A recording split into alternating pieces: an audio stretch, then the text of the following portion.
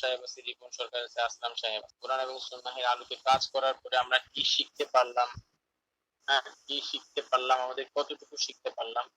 আমরা ইনশাল্লাহ পরিপূর্ণ কোরআন এবং সুন্নাহের আলোকে যে মুতাফিরিক কাজগুলো শিখলাম এবং যে সমস্ত আমল করে আমরা যে নিয়ামত পাইলাম, সেই নিয়ামতের উপর আপনাদের কি বলার, আপনাদের ইয়াটা কি, অনুভূতিটা কি, আমাকে একজন করে বলবেন।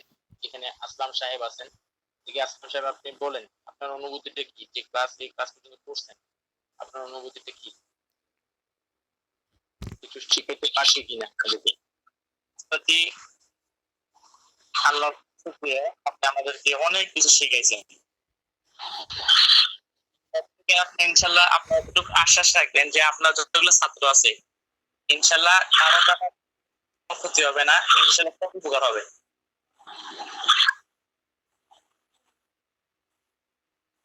আচ্ছা, ক্লাসটা করে আপনার কেমন অনুভূতি হলো, এতটা ঘেটে জানাবেন যে আপনার অনুভূতিটা কি ক্লাসটা করে।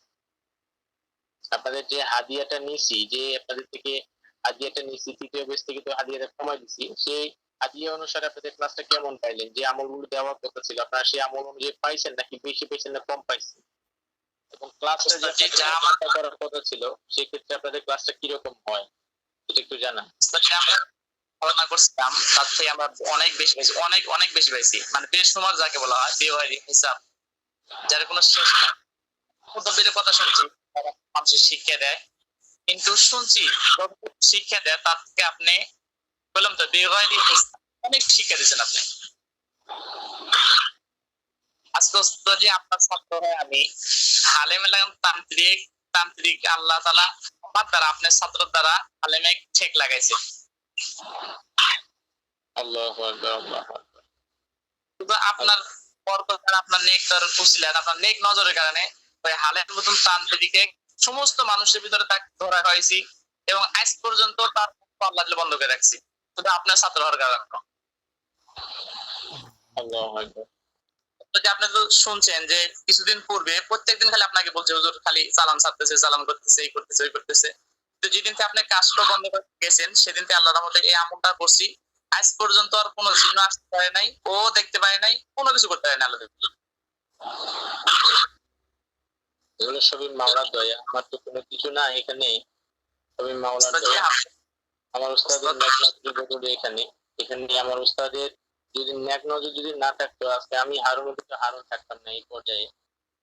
যেখানে আপনারা যে উস্তাদ বলতেছেন এমন সময়ে আপনারা আমি যে কি ইয়ে করবো আপনারা ছুটে ফেলতেন। তো যাক, আল্লাহ সুবহানাহু ওয়া তাআলা কবুল করছেন, দোয়া করি আপনাদেরকে হায়াতের জিন্দেগি পর্যন্ত আপনারা এইভাবেই আপনারা ইমানের সহকারে আল্লাহর উপর তাকওয়া করে আপনারা এই মুতাব্বিরের জগতে কুরআন এবং সুন্নাহের আলোকে কাজ করবেন, এর বাহিরে না। আচ্ছা জি আচ্ছা, এখানে রিপন সরকার আপনার অনুভূতিটি একটু জানাবেন। আসসালামু আলাইকুম রাহমাতুল্লাহ।